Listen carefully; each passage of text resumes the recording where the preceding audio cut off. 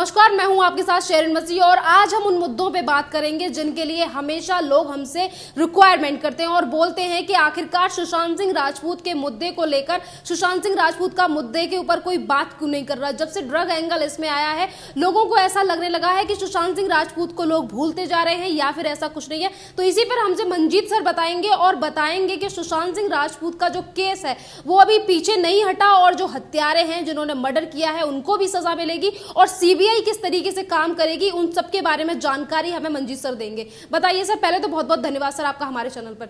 बताइए सर, ये जो लोगों के मन में शंकाएं उठ रही हैं और तमाम क्वेश्चन है इस चीज को लेकर ही। देखिए, ऐसा है कि आपका पहले तो मैं धन्यवाद करता हूँ। सबसे पहली बात तो ये, सीबीआई जो इसमें काम कर रही है, सीबीआई का काम इसमें सबूत जुटाना है और क्योंकि सीबीआई कोर्ट को जा कर के कोर्ट को पेश करेगी सारे सबूत। और जहाँ तक बात है, सेंट्रल ब्यूरो ऑफ इन्वेस्टिगेशन जो है वो पीएमओ को रिपोर्ट करती है और सेंट्रल एजेंसी है, वो कोई पुलिस की तरह थोड़ी काम करेगी। उसने तो जिन गवाहों से बात कर रही है उनकी आइडेंटिटी भी सामने लाने देनी है। और जहाँ तक बात है सुशांत के मामले में सीबीआई को कातिलों का पता चल चुका है, लेकिन मसला ये है कि वो उन कातिलों को आदेश किसने दिया ये सब करने के लिए। और जहाँ तक मैं समझता हूँ, उन कातिलों को आदेश किसने दिया, जो सुपारी किलर हैं उनके पीछे कौन है, उनका नाम पता लगाना और उसके बाद उस नाम को पता लगाने के बाद में उनके खिलाफ एविडेंस जुटाना, क्योंकि कोर्ट में तो एविडेंस चलेगा ना। और वो क्यों नहीं कर पा रहे कई मामलों को, सीबीआई लेट क्यों हो रही, क्योंकि मुंबई पुलिस ने इनको भगा दिया है। ये अर्नब गोस्वामी ने खुलासा किया है कि रोहन रॉय को मैंगलोर भगा दिया, सिद्धार्थ पिठानी को पहले हैदराबाद भगा दिया गया था। तो जब वहाँ की मशीनरी ही महाराष्ट्र की उनको छिपाने में लगी हुई है। आपको पता, रिपब्लिक चैनल के ऊपर भी महाराष्ट्र की सरकार ने पूरी बंदे से लगा रखी है, उनके पत्रकारों को अरेस्ट कर लिया। बाहर रिपब्लिक चैनल के बाहर में उन्होंने पुलिस वाले खड़े कर रखे थे, अर्नब गोस्वामी का कॉल टैप करवा रहे थे। विकास शर्मा जो भारत की बात माता रिपब्लिक टीवी पे, उसके कॉल टैप करवा रहे थे। ये सारा गेम क्या है आप बताइए मुझे। आप वहाँ की जो, मुझे तो लगता है कि भारत सरकार को राष्ट्रपति शासन लगाना पड़ जाएगा महाराष्ट्र के अंदर। अब देखिए, ये कोई मुंबई के अंदर आज से नहीं, बहुत लंबे समय से अंडरवर्ल्ड का नेटवर्क चल रहा है और मैं आपसे पहले भी चर्चा कर चुका हूं और आज मैं फिर से इस बात को आपके सामने रख देता हूं कि आपको पता है सुशांत सिंह राजपूत का जो पोस्टमार्टम है वो कूपर हॉस्पिटल में हुआ है और दिव्या भारती का पोस्टमार्टम भी कूपर हॉस्पिटल में हुआ है, जिया खान का पोस्टमार्टम कूपर हॉस्पिटल में हुआ है, शमी शर्मा एक छोटे पर्दे के एक्टर, उनका कूपर हॉस्पिटल में, कुशाल पंजाबी उनका कूपर हॉस्पिटल में। तो ये सारे पोस्टमार्टम कूपर हॉस्पिटल में हो रहे हैं और ये सारी रहस्यमय हत्याएं हैं। और मैं आपको बताऊं, ये जो सारा का सारा मसला वहाँ चल रहा है, चलो आज तो ड्रग के मामले सामने आ रहे हैं, तो इस देश की पीढ़ियों को बचाने के लिए बहुत से लोग कह रहे हैं कि भाई असली मुद्दे से ध्यान हटा रहे हैं भैया। अच्छा, असली मुद्दे से ध्यान हटा रहे हैं? असली मुद्दा क्या है? इस देश की पीढ़ियों को बचाना, बच्चों को बचाना। असली मुद्दा क्या समझते हो आप? ये है कि भाई कुछ लोगों को सजा दे दें आप। मैं आपको उदाहरण के साथ ये बात बता देता हूँ। कुछ लोगों को सजा, अब मान लीजिए आप रिया चक्रवर्ती को 10 साल की सजा दे दो, आप जो है सिद्धार्थ और जो आसपास के लोग उनको 10-10 साल की सजा दे दो या उम्र कैद दे दो, असली कातिल को फांसी दे दो। 4-6 लोगों को सजा देने से क्या इस देश के बच्चे जो ड्रग्स से बच गए? इस नेटवर्क को छोड़ दो, मुंबई के अंदर इतना बड़ा ड्रग्स का नेटवर्क चल रहा है, इसके बारे में क्या करना पड़ेगा? और जिन लोगों ने, इस रिया चक्रवर्ती जैसी जो एक्ट्रेस वहाँ आती हैं, इनको इस धंधे में धकेला किसने, इस काम में धकेला किसने? ये तो अंबाले में पढ़ती थी, अंबाले में आर्मी स्कूल के अंदर पढ़ी हुई है रिया चक्रवर्ती, और जो है वहीं अंबाले में ही परिणीति चोपड़ा पढ़ी है, वहीं पे ही जूही चावला पढ़ी है। वो तो राष्ट्रवादी रही, जूही चावला भी और परिणीति चोपड़ा भी। जूही चावला तो सदगुरु जग्गी वसुदेव की शिष्य है और परिणीति चोपड़ा हरियाणा सरकार की ब्रांड एम्बेसडर भी बनी है और उसने जो है लंदन स्कूल ऑफ इकोनॉमिक्स की पढ़ी हुई है। लेकिन मसला सारा ये है कि ये इस दुनिया में आई तो इस दुनिया में आकर के कहते हैं अंडरवर्ल्ड की दुनिया में घुसना आसान है, निकलना बहुत मुश्किल है। तो उनको उस पूरी दुनिया को ख़त्म किया जाना चाहिए। और मैं आपको एक बात बता दूं, अमिताभ बच्चन की एक फिल्म का सॉन्ग था कि जितने बाजू उतने सर, गिन ले दुश्मन ध्यान से और हारेगा वो हर बाजी जब खेले हम जी जान से। क्या कहते थे एक और फिल्म के अंदर? अंधेरी रातों में एक मसीहा निकलता है जिसे लोग शहंशाह कहते हैं। तो कौन है वो शहंशाह? सीबीआई, ईडी और एनसीबी वो शहंशाह है। और बहुत से लोगों को सीबीआई का काम करने का तरीका पता नहीं है। आपको बताइए, सुनंदा पुष्कर थरूर के मामले में 2 साल लग गए थे हाई कोर्ट से। तो मतलब जो है सुनंदा पुष्कर थरूर के मामले में वो जो है पूरी तरह डिसमिस कर दिया था पिटीशन को। सुब्रमण्यम स्वामी की तो पिटीशन पे चल रहा था, वो पब्लिक प्रोसिक्यूटर बने और सुप्रीम कोर्ट में चार्जशीट लग गई उस पर। तो 2 साल लग गए, लेकिन न्याय तो मिला ना। अब बाबा राम रहीम सिंह के मामले की जांच सीबीआई ने की और सीबीआई ने बाबर रहीम सिंह के मामले में देखिए उसमें 20 साल की सजा हुई है उसको, अब उसको नहीं गिनेंगे ये लोग? इन तो सीबीआई की कमी निकालने में लगे रहते हैं। इनको ये पता नहीं है सीबीआई जिन मामलों में जांच करी 70% का कन्विक्शन, यानी 70% मामलों में सजा हुई है। जब सीबीआई जांच करती है, सीबीआई एक पुलिस ही होती है, सेंट्रल ब्यूरो ऑफ इन्वेस्टिगेशन, उसके अंदर इंडियन पुलिस सर्विस के ही ऑफिसर होते हैं। सीबीआई का जो डायरेक्टर उसको पीएमओ अपॉइंट करता है, और अब जो राकेश अस्थाना है इसको अपॉइंट किया था नरेंद्र मोदी और विपक्ष के नेता मल्लिकार्जुन खड़गे और chief justice of India Tarun Gogoi थे, इन तीनों ने मिलकर के इसको अपॉइंट किया था। ये राकेश अस्थाना पहले जो सीबीआई के अंदर काम करता था, आपको मैं बता दूं। और दूसरी चीज इसमें ये समझिए कि जब ये सीबीआई की बात हो गई, एनसीबी को क्यों भेजा भाई? ये आप बताइए, भारत सरकार की जिम्मेवारी बनती है कि इस बॉलीवुड के अंदर इतना ड्रग्स चल रहा है और देश की पीढ़ियां इससे खराब हो रही है, साथ में मनी लॉन्ड्रिंग के मामले वहां पर इसे, और वहां इसलिए एनआईए को भी भेज दिया गया वहां पे। मनी लॉन्ड्रिंग के मामले कैसे? अब मैं आपसे कहता हूं कि अब दीपिका पादुकोण की बात कर रहे हैं, दीपिका पादुकोण पे लोग कह रहे हैं भैया ये तो जो है राहुल गांधी की समर्थक थी इसलिए इस पर कार्रवाई कर रहे हैं। देखो मैं राजनीति में न जाकर के एक मोटी बात बता देता हूं आपको। दीपिका पादुकोण जो है ये इंडिया की, पहले तो भारत की नागरिक ही नहीं है, इसके पास डेनमार्क की नागरिकता है। कोपेनहेगन में इसका जन्म हुआ था दीपिका पादुकोण का। इसके पिताजी प्रकाश पादुकोण वो बैडमिंटन के प्लेयर हुआ करते थे, भारत के लिए खेले थे। और ये जो बंदी है जिसका नाम दीपिका पादुकोण जो है, इसने जो है शाहरुख खान की जो फिल्म थी उससे इसने 2007 में अपना करियर स्टार्ट किया था। अब मुझे बताइए, दीपिका पादुकोण को जो है उसने आईएसआई का जो एक बहुत बड़ा एक एजेंट है, अनिल मुसर्रत उसका नाम है, उसके कहने पर ये जेएनयू में गई थी इस साल के 7 जनवरी को। और मैं और आगे की बात बता दूं, ये कह रहे दीपिका पादुकोण को ये देश के लोग ये मान के चल रहे हैं भैया कितनी बड़ी एक्ट्रेस है, जैसे भाई सेल्फी लेने वालों की लाइन लग जाती है। ठीक है, माना ट्विटर पे उसके सबसे ज्यादा फॉलोअर है, पर सच्चाई बता दूं, जमीनी हकीकत क्या है?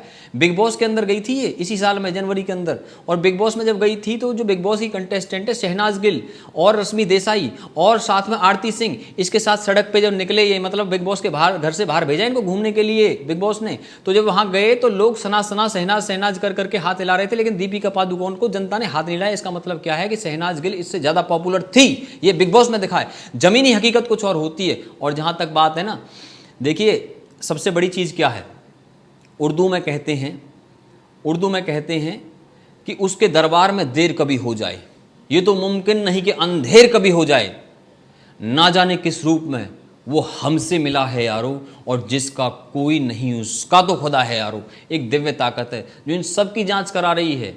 और पता है ये जो भारत के लिए एक बहुत बड़ी चीज हुई है, हिंदुस्तान के लिए, क्योंकि इसको, इस देश को तो परमात्मा बचाता है।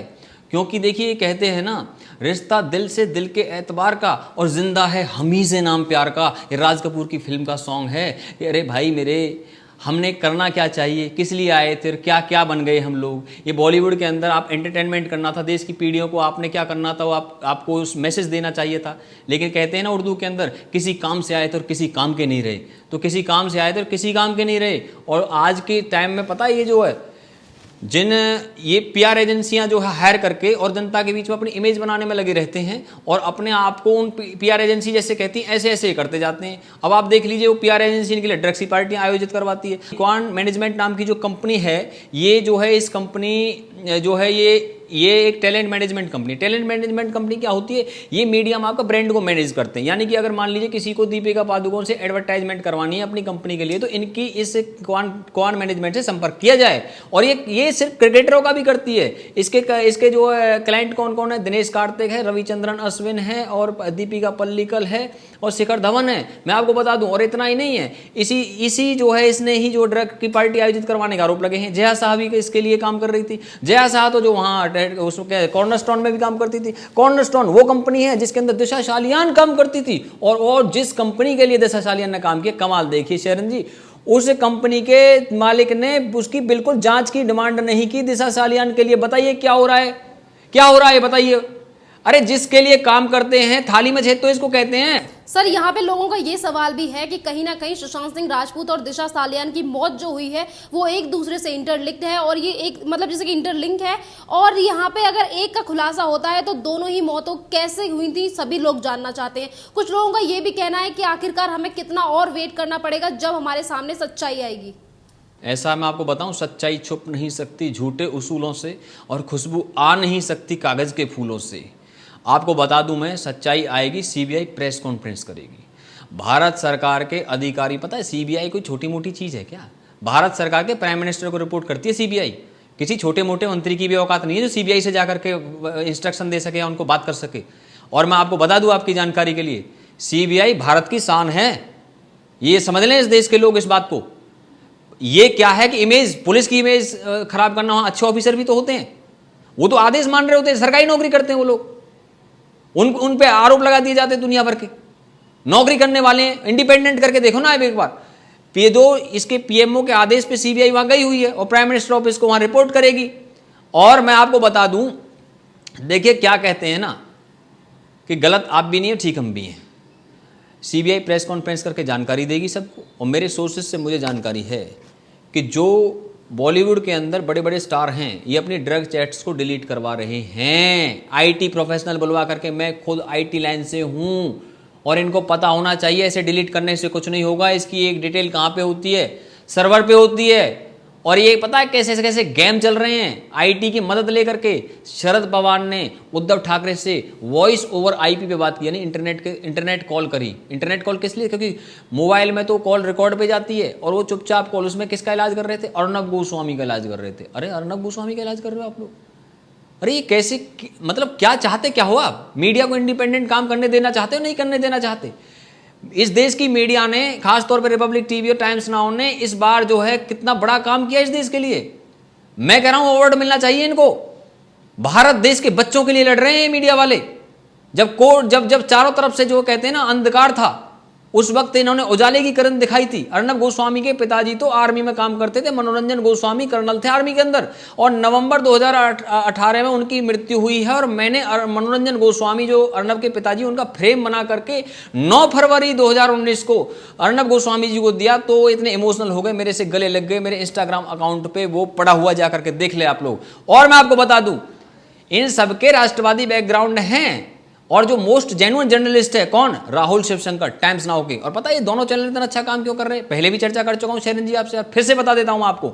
इन दोनों के हेडक्वार्टर मुंबई में हैं, इसलिए इतना बेहतरीन काम कर रहे हैं। और जो ये फिल्म सिटी नोएडा में चलते हैं बाकी के चैनल, फिल्म सिटी नोएडा वालों, फ्लाइट लेकर के खर्चा होता है, अपने पत्रकार भेजो वहां पर, अपनी इन्वेस्टिगेशन करो। आपने आर भारत का नाम लिया, सवाल ये भी है कि आपने कहा कि ये दोनों चैनल बहुत अच्छा काम कर रहे हैं, पर चीजें तो इस तरीके की सामने आ रही हैं कि महाराष्ट्र में जाकर जब ये चैनल रिपोर्टिंग करते हैं और सच्चाई दिखा रहे हैं, तो अभी हाल ही की बात है, आज प्रदीप भंडारी के ऊपर एनडीटीवी के पत्रकार और एबीपी के पत्रकार उनके ऊपर हाथापाई करते हैं। वहां की जो सरकार है या फिर शिवसेना उन पत्रकारों को दबाने की कोशिश करती है। वहां की जो पुलिस है वो आर भारत के पत्रकारों को गिरफ्तार कर लेती है, अनुज जैसे कि अभी आपने कुछ दिन पहले सुना। तो जिस तरीके से तानाशाही एक तरफ तो वहां सरकार चला रही है और वहां पे जो एनडीटीवी और ये जो दूसरा चैनल है एबीपी, इनके पत्रकार आखिरकार क्यों दुश्मनी निकाल रहे हैं? शिवसेना की दुश्मनी समझ आ रही है, पर आपस में चैनलों की जो दुश्मनी है, आपस में जो प्रहार कर रहे हैं आर भारत के पत्रकारों के ऊपर ये लोग। देखिए मैं तो कहूँगा, मैं किसी का फेवर नहीं करूँगा। मैं चाहता हूँ सारी मीडिया को मिल करके काम करना चाहिए। सुशांत सिंह राजपूत इस देश के बेटे थे। मैं इसमें ये कहूँ कि ये चैनल ऐसा कर रहा है, वो चैनल ऐसा कर, मैं तो कहूँगा सबको मिल के काम करें और मिल करके आगे बढ़ें। और मैं आपको बता दूं, इन्होंने अच्छी इन्वेस्टिगेशन करनी चाहिए। कैसे, मैं बता देता हूं आपको, उदाहरण के साथ सुनिए। संदीप सिंह मॉरिशस के अंदर 2018 में एक माइनर यौन शोषण के मामले में डिटेन किए पुलिस ने, और वहाँ मॉरिशस पुलिस से लिखवा करके भी ले आए कि मेरे ऊपर कोई केस नहीं था। तो ये वेबसाइटों पे तो पढ़िए, जी न्यूज़ की वेबसाइट पे और जगह पढ़िए, लेकिन चैनल पे दिखाए ना ऑन एयर करके इन्होंने इस न्यूज़ को। बताइए आप मुझे, अरे हम लेकर के आ रहे हैं इन चीज़ों को, तो इनको लेके आने चाहिए ये सारी चीज़ें। और सुनिए, आपको मैं आगे की बात बताता हूँ। ये कोई छोटे मोटे मसले नहीं हैं। जितने भी ड्रग रैकेट हैं वे इंटरनेशनल रैकेट हैं, और उनके ये बॉलीवुड के स्टार क्यों नहीं बोलते? मनी लॉन्ड्रिंग के गेम हैं, मनी लॉन्ड्रिंग के गेम हैं। मनी लॉन्ड्रिंग मतलब इन्होंने विदेशों में काला धन छुपाया हुआ है। और अमिताभ बच्चन का नाम पनामा पेपर्स में था, ऐश्वर्या राय का नाम पनामा पेपर्स के अंदर था, पैराडाइज पेपर के अंदर संजय दत्त की पत्नी मान्यता दत्त का नाम था। एक कौन से पेपर है? ये वो पेपर है, ब्लैक मनी छुपाने वाले लोगों की एक लिस्ट बनाई थी कुछ पत्रकारों ने, 70 देशों के पत्रकारों ने एक संगठन बनाया था ICIJ नाम का। उस संगठन ने ये सारी चीजें निकाली थी। और आगे सुनिए, आपको मैं बात बता देता हूं। ये क्रिकेट, बॉलीवुड और पॉलिटिक्स का आपस में घालमेल है। पहले भी चर्चा कर चुका हूं। इनके जो बड़े बड़े जो कंपनियां चला रहे हैं वहां पे टैलेंट मैनेजमेंट की, जैसे मैंने अभी चर्चा करी क्वान मैनेजमेंट की, इस कंपनी को खरीदा किसने? इस कंपनी को खरीदा यूबीटी, यूनिवर्ल्ड बीइंग टैलेंट। ये कंपनी किसकी? सलमान खान की। बहुत से लोगों को ये पता नहीं होगा कि ये सलमान खान की अपनी को टैलेंट मैनेजमेंट कंपनी भी है। बताओ, सलमान खान की टैलेंट मैनेजमेंट कंपनी 2018 से वर्क कर रही है। और आपको मैं बता दूं, फिर भी सलमान ने कई एजेंसी हायर की हुई है। सलमान तो जो है कॉर्नरस्टोन से भी जो है सेवाएं ले रहे हैं, वो क्वान से भी सेवाएं ले रहे हैं। स्पाइस पीआर जो कि बॉलीवुड की सबसे बड़ी पीआर एजेंसी है, जिसके सीईओ हैं प्रभात चौधरी। और वो प्रभात चौधरी जी इन सारे स्टारों को ये समझाया करते थे। पता उसके क्लाइंट कौन कौन है? सलमान खान, सैफ अली खान, टाइगर श्रॉफ, ऋतिक रोशन, सारा अली खान, ये सारे क्लाइंट हैं उसके। और ये इनको ये समझाया करते थे कैसे मैनेज करना है मीडिया में। और ये इन्हें ये भी समझाते थे प्रभात चौधरी साहब के भाई मी टू के आरोप लगे हैं तो आपने रिस्पॉन्ड करना मीडिया में। और उन्होंने चालाकी कर रखी है। ये क्या करते हैं, 10 कैमरे लगे होते हैं ना सामने, तो अपना पत्रकार भेज के उसी को जवाब देते हैं। पहले से सेटिंग करके रखते हैं, सारे सेटिंग के गेम चल रहे हैं, सेटिंग चल रही है। लेकिन ये सब चीजें अब हम आपके सामने रख रहे हैं। मीडिया तो मेन स्ट्रीम मीडिया तो इन चीजों को रखती ही नहीं है ना, क्योंकि मीडिया वालों को भी इनसे काम है। अब जैसे जी न्यूज का उदाहरण दे देता हूँ मैं आपको। अब देखिए एग्जाम्पल के तौर पे जी न्यूज ने अनसीन वीडियो दिखाई। वैसे तो देखो सुधीर चौधरी जी नो डाउट अच्छा काम कर रहे हैं, लेकिन इनका जी वालों का एक जी स्टूडियो नाम की कंपनी भी है बॉलीवुड के अंदर, इनकी जी म्यूजिक नाम से कंपनी भी, तो इनमें बॉलीवुड में काम है। और इनको प्रेशर डाला गया है कि तुम जो है कहीं ना कहीं देखो, सुशांत के कैरेक्टर असैसिनेशन का पूरा प्रयास किया जा रहा है।